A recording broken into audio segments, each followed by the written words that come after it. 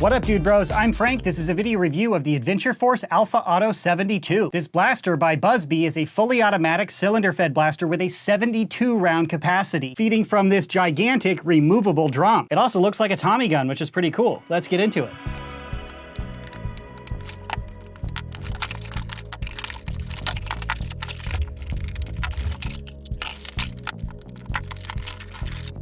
Included is the blaster, disassembled, stock, sight, and darts.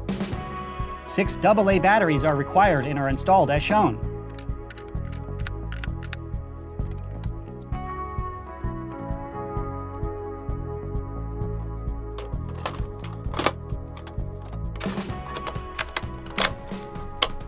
External overview of the blaster, starting up at the front. There's no in-strike barrel lug. Below the muzzle is a vertical grip. This is not removable, but because of that, it's pretty solid. It doesn't slide around. It's a really comfortable place to be able to operate the blaster from. Moving back, right here we have the front iron sight, and back here we have the rear sight. This is a removable attachment that is attached to a Buzzbee tack rail. This is not an in-strike tactical rail. It is not compatible with your Nerf attachments. But you can remove the included sight if you want to. This thing also flips up. And this is a grenade launcher style rear sight, which allows you to adjust for range to get that range honed in a little bit better. And if you don't like the sight, you can just rip it off completely. No big deal. Moving on, over here right in front of the cylinders is an access door. You can open that up to get your finger in there to clear out jammed darts. However, I did not experience any jams or malfunctions with this blaster. Now moving back to the loading system, which is the coolest part of this blaster. This is a removable cylinder. To remove it, you can pull this little thing out like that. There is a little release button you have to click right here to pull this out. And once that's pulled out, you can just pull the cylinder completely out. This drum is a 72 round drum, 72 darts. That is ridiculous. It has 36 little slots, but each slot holds 2 darts each. Loading this takes a little bit of getting used to, but it's fairly easy overall. It's actually a lot easier than the Dart Zone Tomcat, and unlike the Tomcat, you don't have to destroy your darts to load this one. But to load this, you can get your dart and shove it in like that, and I just loaded one into that chamber, and then you can just get a second dart and load it right in on top. Again, 36 slots, each of them holds 2 darts, 72 round capacity total. And when the drum is outside of the blaster, these darts still remain captured, so you could buy a few of these and have these preloaded, ready to reload very quickly. In the shooting order, it shoots 1 dart from every chamber, and then it goes around again and shoots the last dart from each chamber, instead of shooting both from one before advancing. To reinsert the drum is very easy. You just look at which side is up,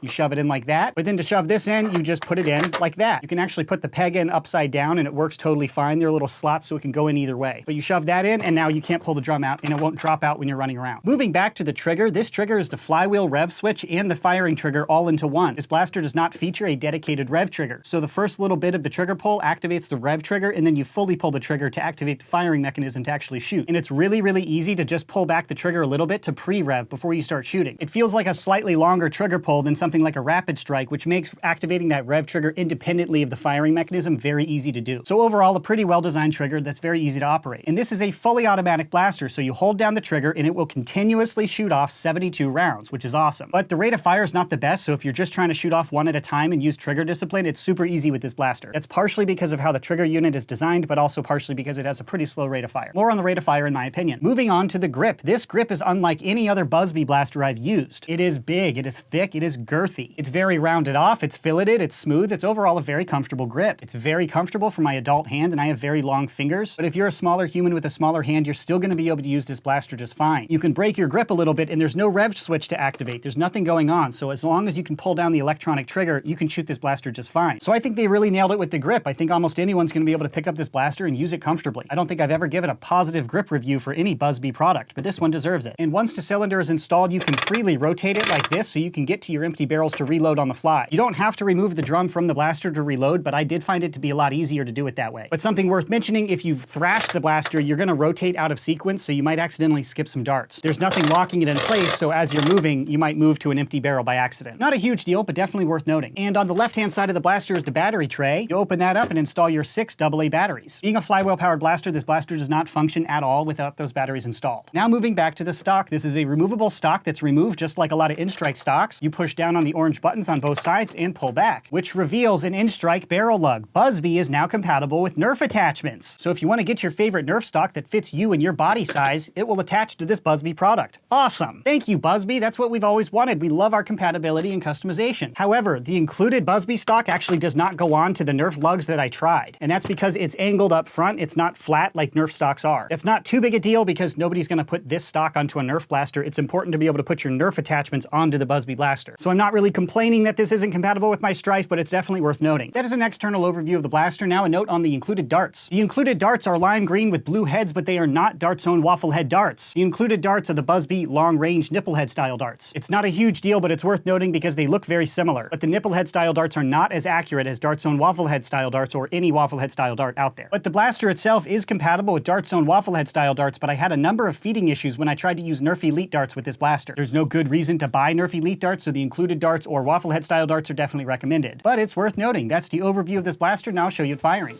Shooting the included long-range nipplehead style darts.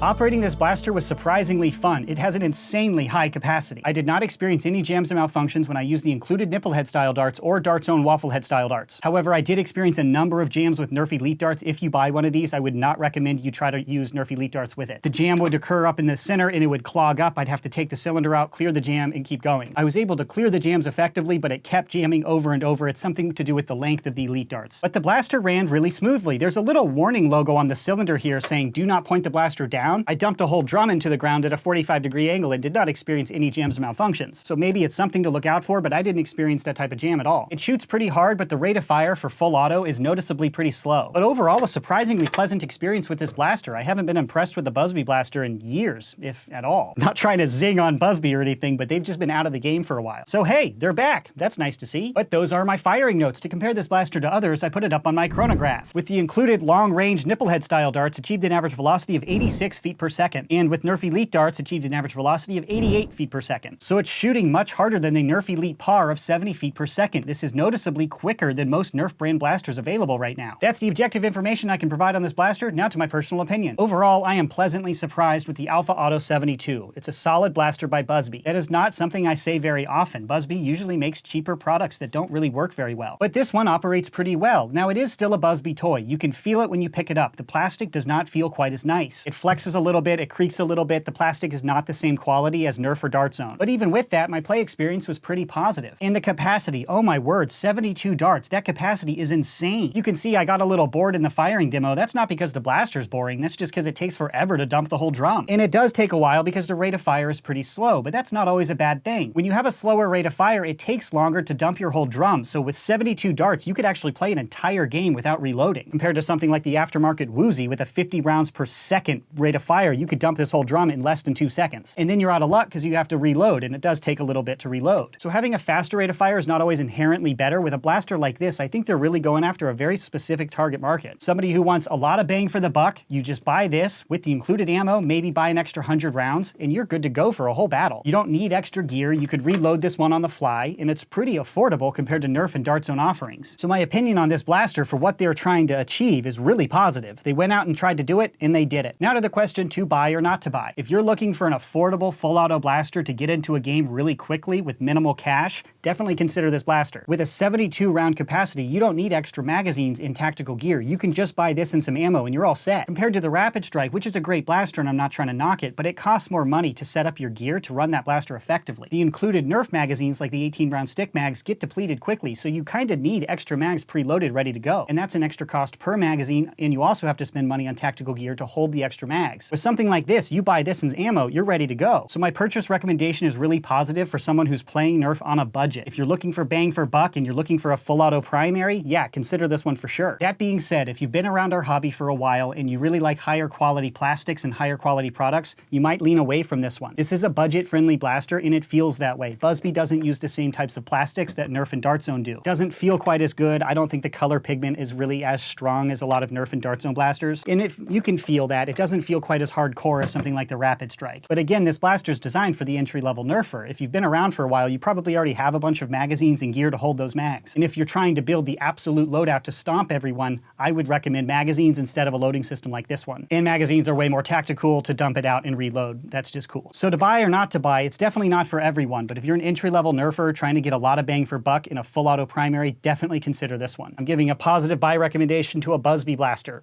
It feels like it's been years since I've done that.